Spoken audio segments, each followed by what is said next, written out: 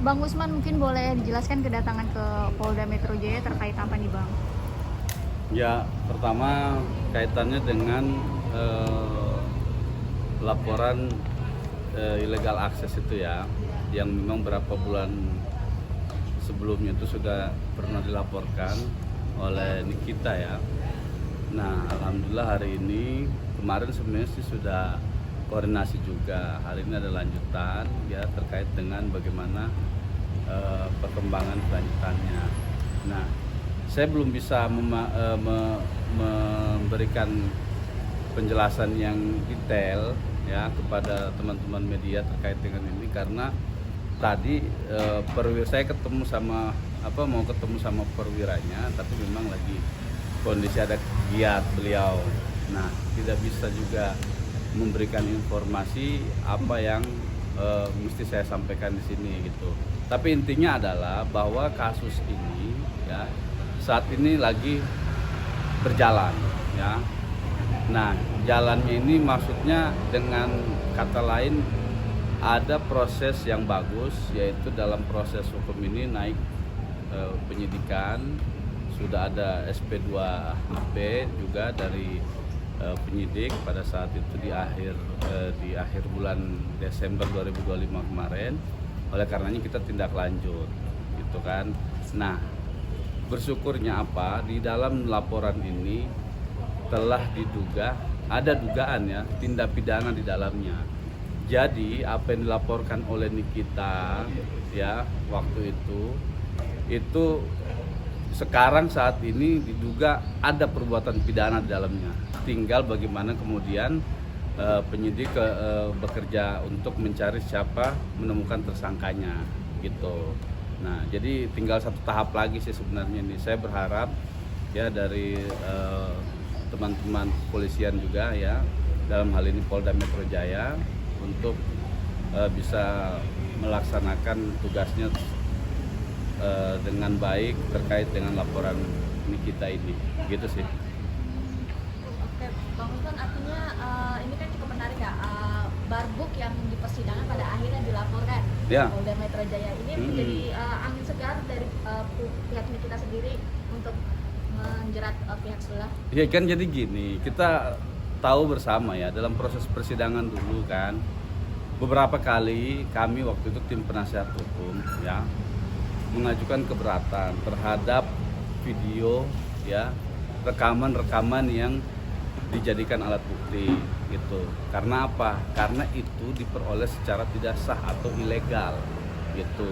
Nah, lalu kemudian bagaimana bisa dikonkretkan secara hukum dipakai menjadi bukti dalam persidangan, ya kan?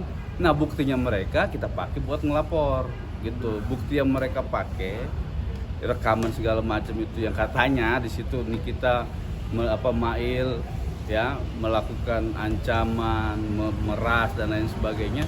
Ternyata itu semua secara hukum ilegal gitu. Jadi dia memasukkan bukti diduga ya itu adalah bukti-bukti yang ilegal. Maka kita laporkan ke pihak kepolisian gitu.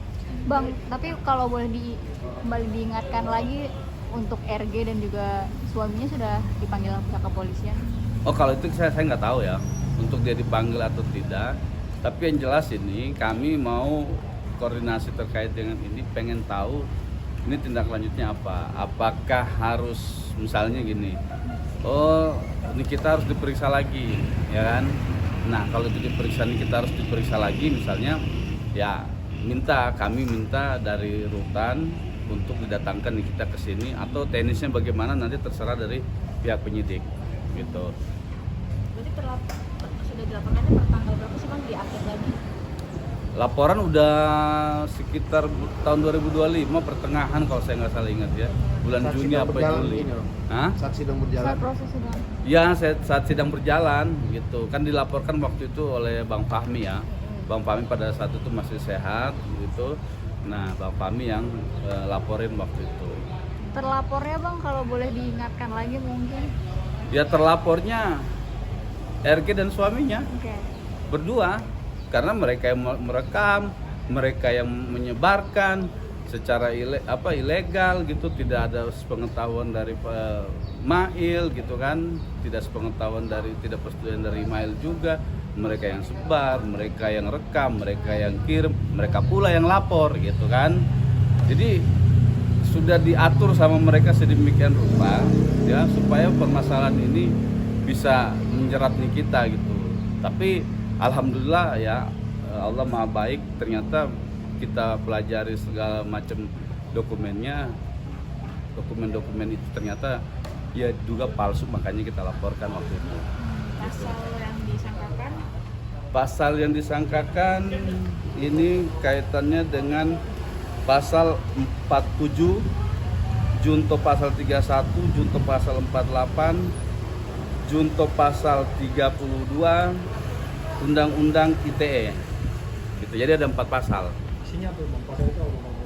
Itu isinya terkait dengan tindak pidana barang siapa dengan sengaja melakukan tindak pidana intersepsi dan atau dengan cara apapun mengubah, menambah, mengurangi, menghilangkan, merusak, menyembunyikan sesuatu dan seterusnya yang diambil secara ilegal. Nah, yang diambil secara ilegal dikenakan pidana, ya pidananya minimal 5 tahun lah ini. Gitu. Bisa ditahan kok kalau ini. Kalau tersangka bisa ditahan kok.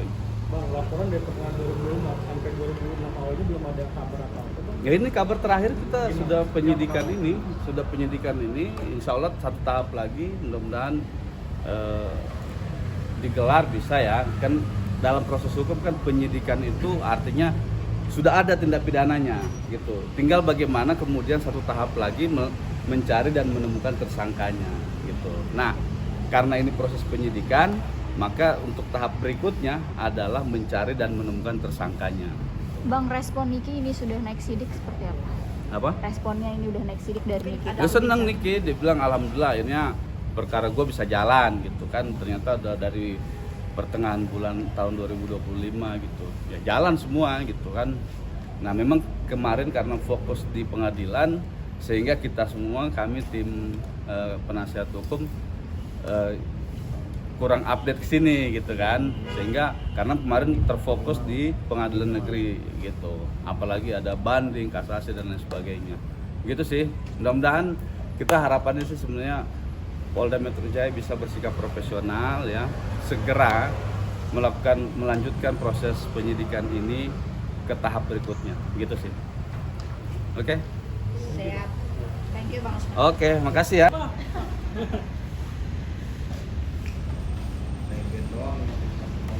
Itu siapa ya? Maaf,